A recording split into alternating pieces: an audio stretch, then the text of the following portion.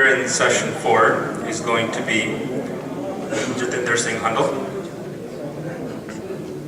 A little bit about Mr. Hundal. He is an electronics engineer by profession. He graduated from Oregon State in 1985. He is currently based in Sacramento and he's working with the state of California. His field of study deals with Sikh numismatics and the history of the community's struggle for survival.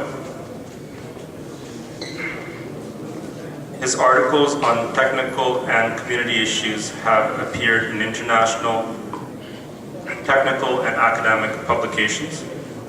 He's actively involved in tracing the roots of Sikh numismatic to current underwaves within the community for a homeland.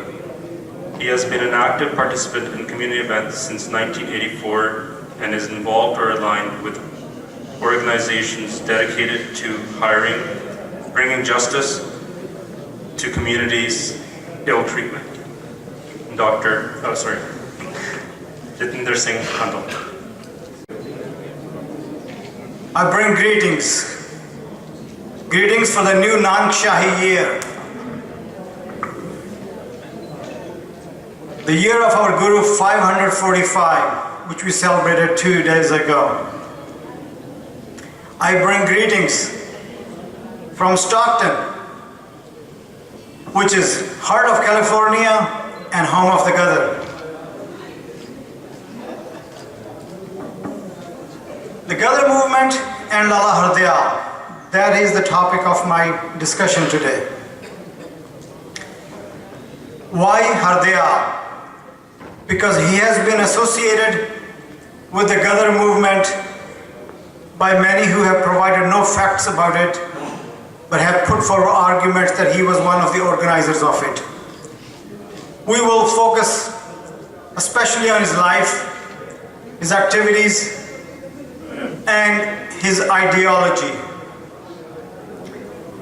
The Gadar Lehar was a Sikh-centric movement. There has been quite a discussion this morning why the Gadar movement was purely based on Sikh ideology and Sikh ethics and Sikh teachings. There are several reasons for that. First of all, Sikhs were the main backers, financial backers of the movement, because they were and still are the largest ethnic community from South Asia, of all the South Asians. Number two, they were gainfully employed. They were the best suited people from South Asia to work in the harsh environment, so they could find jobs easily in the lumber mills and the railroads and the agriculture economy of California. Third, they had a history of fighting against injustice. And at that time, they have been fighting for 200 years, from 1708 until the Gadar movement. So this was not an alien concept for Sikhs to fight for freedom, fight for justice. They were used to it and they were doing it, and they're still doing it. Number four, they had a history of traveling around the world. The Guru Nanak traveled half the known world at the time. So Sikhs were, and in many cases of all the Indian communities, Sikhs, despite being a small number, are still the most widely traveled people. They were in the army, they had traveled all over the world. They came back to their villages, told their young ones about the wonderful world out there. So that the younger generation was quite eager to gain freedom. They were more knowledgeable. On the other hand, if you look at Hindus, their philosophy was don't cross the oceans. So they were limited in their knowledge. Let's look at the timeline of Hardayal, how he came to be associated with Gadar movement. He was born in 1884 in Delhi, just happened to be 46 days before the death of Bhai Ram Singh Kuka, the Namdhari Guru, passed away in Burma, Myanmar, as it's known now. In 1901, he married Sundar, and in 1904, he graduated from Lahore with a master's degree. In 1905, he joins Oxford University. And in 1911, he arrived in Cambridge. And he came to contact with Sant Teja Singh, about whom we've just heard from Dr. Amrik Singh in detail. Teja Singh had a great influence on him because Teja Singh saw in him an academic individual. In 1912, he was appointed lecturer at Stanford University, but he was forced to resign after his relationship with his student was discovered. In 1913, he takes oath in San Francisco and vows to fight for the freedom of India. In 1914, he was arrested and he escaped to Germany, to Europe. But he had a long interrogating interview with the immigration authority, into which we will go later on.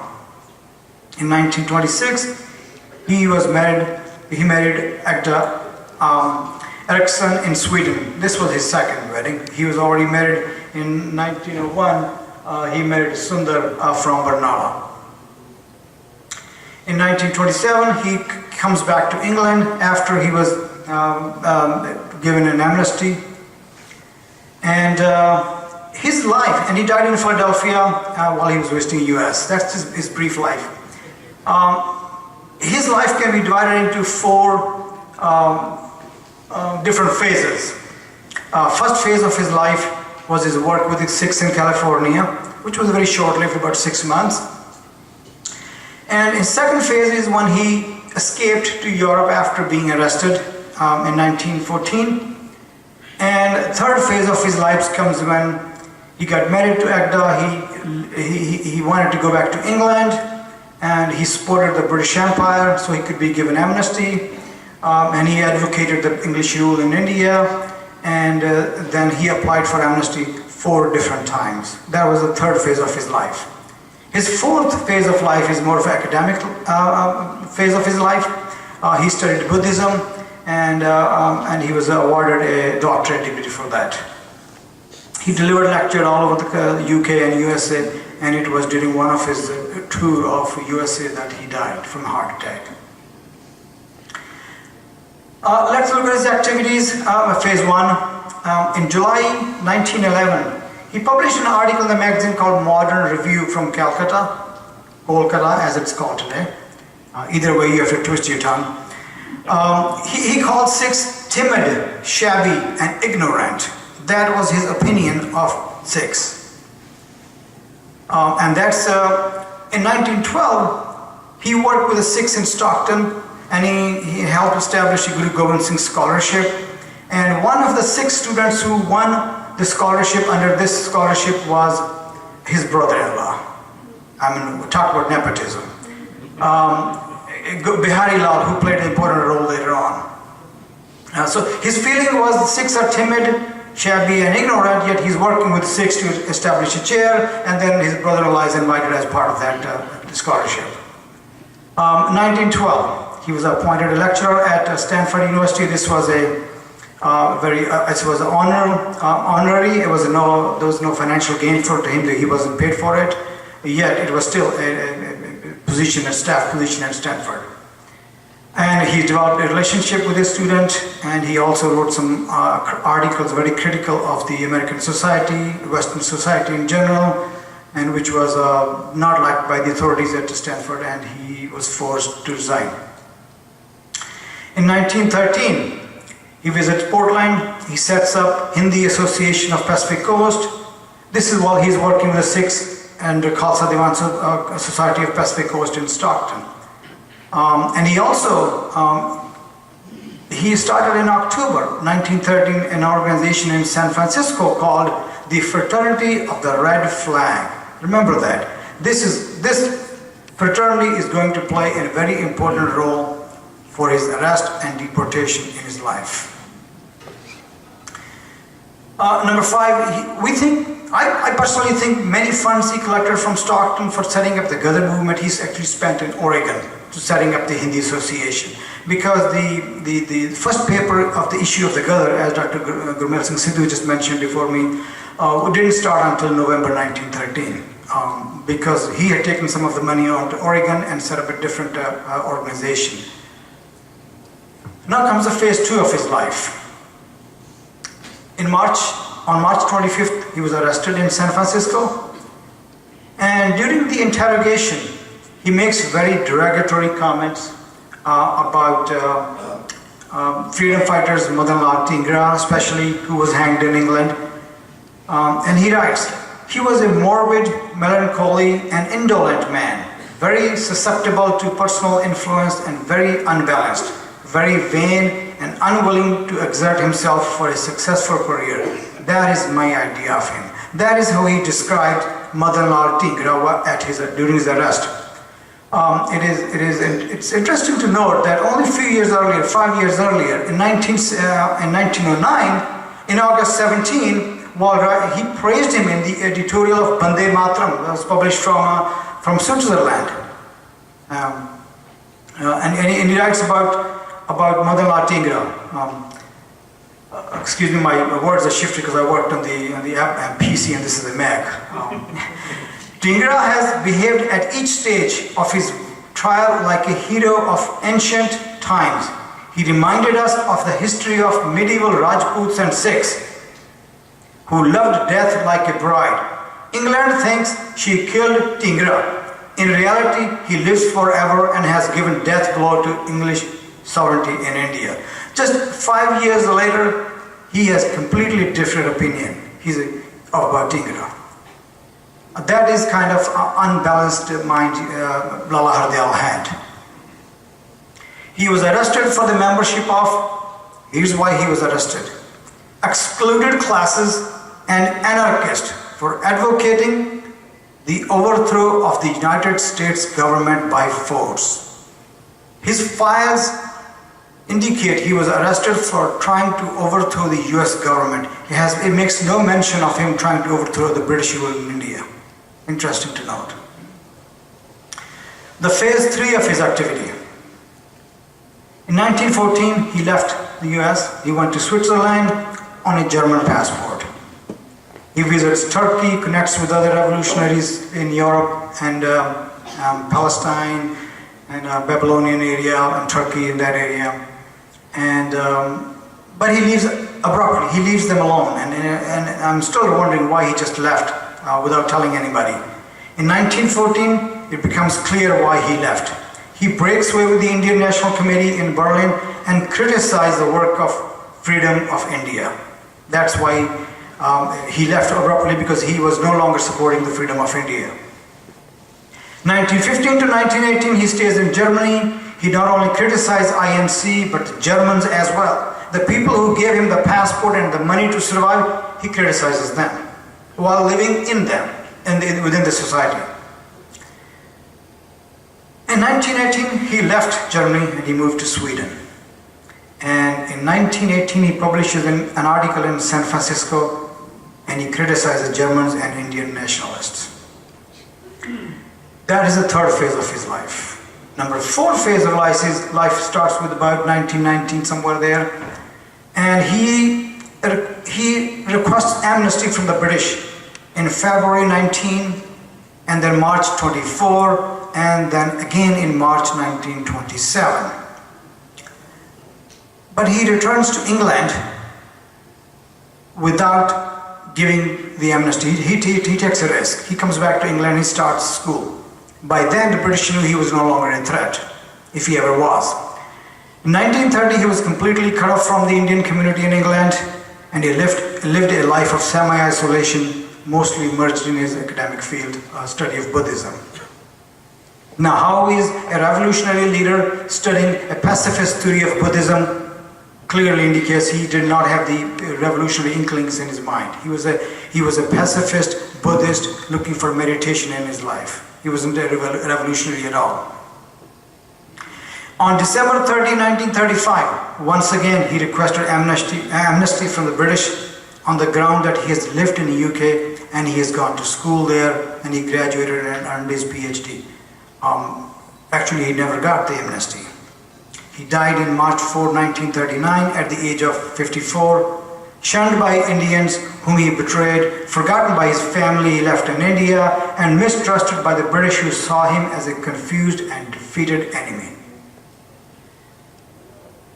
Let's look at his ideology. I think that's the most important part of his life. why we should look at Hardayal. In 1908, he wrote on sacredness of cows in Lahore newspaper and recommends a 4-point program on how to save cows in Punjab. He is a revolutionary leader trying to save cows, not India. Point number 1, his 4 points were: first, start a monthly magazine called Gau Rakha, protection of the cow. Number 2, create a center for training of preachers to spread the gospel of sacredness of cow. Number 3, establishment of cow shelters. Maybe he should have established a women's shelter at the time, not cow shelter. Number 4, teach sadhus to accept no compensation for inspection of cow shelters. He wanted to create quality control to inspect all the cow shelters. From Paris, he wrote in Modern Review about Christianity. He said, Christians are busy, and I quote him, not only in destroying Hinduism from the outside, but Christian missionary activities, but trying to control it from inside in the guise of sympathy for the religion. He was very suspicious of Christian missionaries, and he made very clear in his writings. In 1912, while teaching at Stanford, he wrote several papers of philosophical nature and explained his theory of free love. For advocating the relationship between before marriage, he believed in that relationship. And this resulted in his termination with his contract for the Stanford University. While describing free love theory, he wrote that he himself has been a consistent and convinced opponent of the entire fabric of slavery and hypocrisy that is called marriage system. For the Sikhs, marriage is the fundamental, family is the fundamental and a mother of all social good. Yet he opposed marriage. How can a leader who philosophically opposes marriage lead a community that firmly believes in marriage and puts so much value on it? A community cannot have a leader that does not agree with the feelings of the community. Thus, he could not have been a revolutionary movement and leader of the Gadar, because the Gadar was basically a Sikh organization. A New York Times, published on June 8, 1919, wrote a very extensive article titled Hardayal, Rebel, Recants His Views. And the newspaper quotes Hardayal's own writings to justify the title of the news. And it goes on to say, thus it is, and Hardayal wrote, thus it is foolish for southern races to imagine that they can, in the long run, hold their own against the northerners if it comes to a trial of strength between them. ਕਹਿੰਦਾ ਉਹ ਦੱਖਣੀ ਲੋਕੋ ਤੁਸੀਂ ਹਾਰ ਜਾਓਗੇ, ਤੁਸੀਂ ਕਮਜ਼ੋਰ ਹੋ. He's telling Southerners, you will be defeated if there is ever a confrontation between Northerns and Southerners. He is dividing the world between North and South. Nowadays we divide between East and West. Again, he didn't have his direction right. It is part of wisdom for us not to tempt fate, but to stay under the protection of the British fleet and army in our quiet, sunny home of Hindustan and make the best of our position in the empire. This is Hardayal writing. ਕਹਿੰਦਾ ਚੁੱਪ ਕਰਕੇ ਆਰਾਮ ਨਾਲ ਨਵੀਆਂ ਤਾਣ ਕੇ ਸੁੱਤੇ ਰਹੋ, ਕੁਛ ਨਹੀਂ ਬਣਨਾ. ਕਹਿੰਦਾ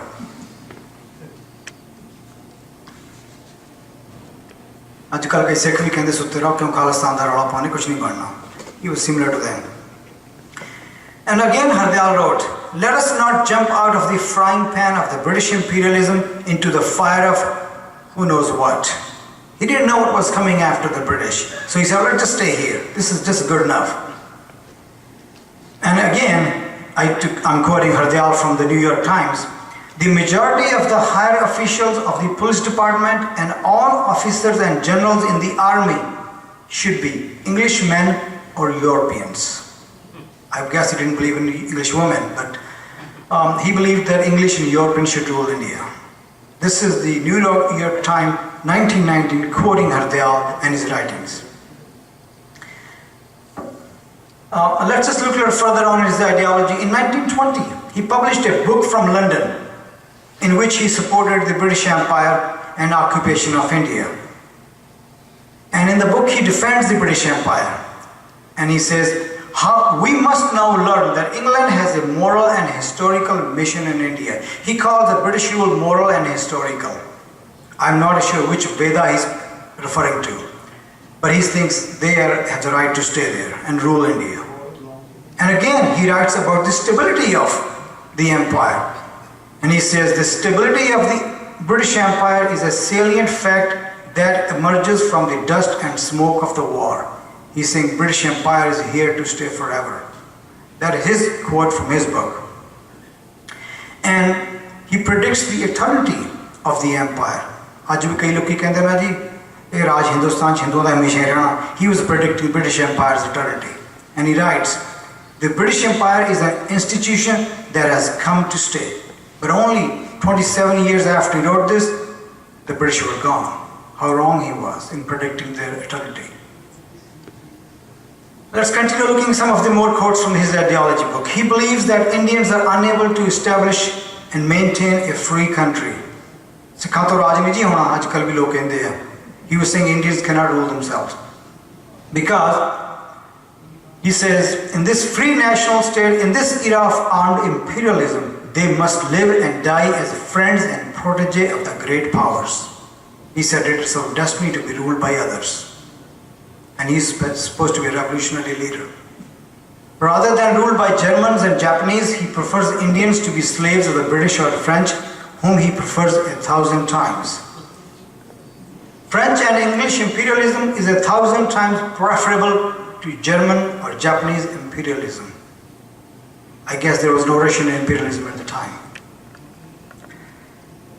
He tells Asians and Africans, whom he considers feeble people, he uses the word feeble, to work with their masters. He says, and he writes, feeble people should work with the great nation which have already organized vast empires in Asia and Africa. He warns Indians that they will be worse off with self-rule and that struggle for freedom is bound to fail. Disruption can only expose them to much greater evils than those from which they suffer under the present system. The policy of separation and intrigue is futile and fallacious. आज भी कहते कोई खालिस्तान ना मांगे लड़ो ना कुछ नहीं मिलना चुप करके बैठे रहो. He had a similar mentality and he was proven wrong by history. In 1925 he published a political statement, what he called political statement, in the leading newspapers of Lahore, and he says, in the future this testament will be embodied in school texts for the boys and girls of free India and free Punjab.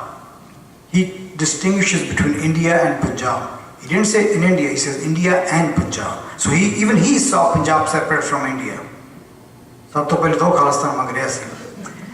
In the statement, within the body of the statement, he writes, I declare the future of Hindu race of Hindustan and Punjab rests on 4 pillars.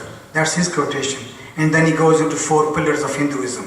The Hindu Sangathan, Hindu Raj, Shuddhi of Muslims, and conquest and Shuddhi of Afghanistan and frontiers. He believed that people of Afghanistan were converted by force and he wanted to bring them back. Russians and Americans couldn't do it, I guess he wanted to do it. Now, given his life, his ideology, and his writings, his philosophy, let's draw some conclusions and see what we think of him, what we can make of him, and try to study his life within a few minutes that I have left. Number 1, Hardayal decisively rejected his earlier revolutionary viewpoint. He abandoned his Anglophobia, advocated the mixed British and Indian administration of his country, and became a firm admirer of Western culture and values. That is not my opinion. That is the opinion of Encyclopedia Britannica. Hardayal was arrested on the pretext of a speech delivered by him 3 years earlier. The party got him out on bail and managed to send him away to Switzerland. And here's the important part. Thereafter, he took no part in the Gadar movement. That is not my opinion. That is the Encyclopedia of Sikhism describing him. He was arrested for speech he delivered 3 years earlier. He was arrested in 1914, and he was being arrested for a speech he made in 1911 when there was no Gadar party, that he hadn't joined Gadar party yet. He was being arrested and tried for his communist ideas because he has formed the fraternity of the Red Flag, and he was deported for trying to overthrow the US government, not the British Empire in India. His files have nothing to do, say nothing about his activity about trying to throw the British Empire. He was arrested on charges of being a member of excluded classes. This is quote from his files, from his deportation files.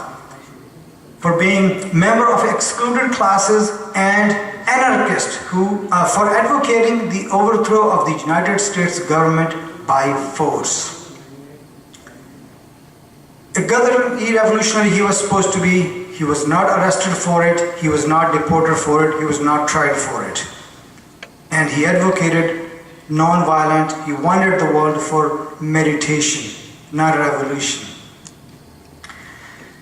His association with Gadar Lehar was less than 6 months. And England never considered him Gadari. He was included neither in the Gadar directory of 1917 or 1931.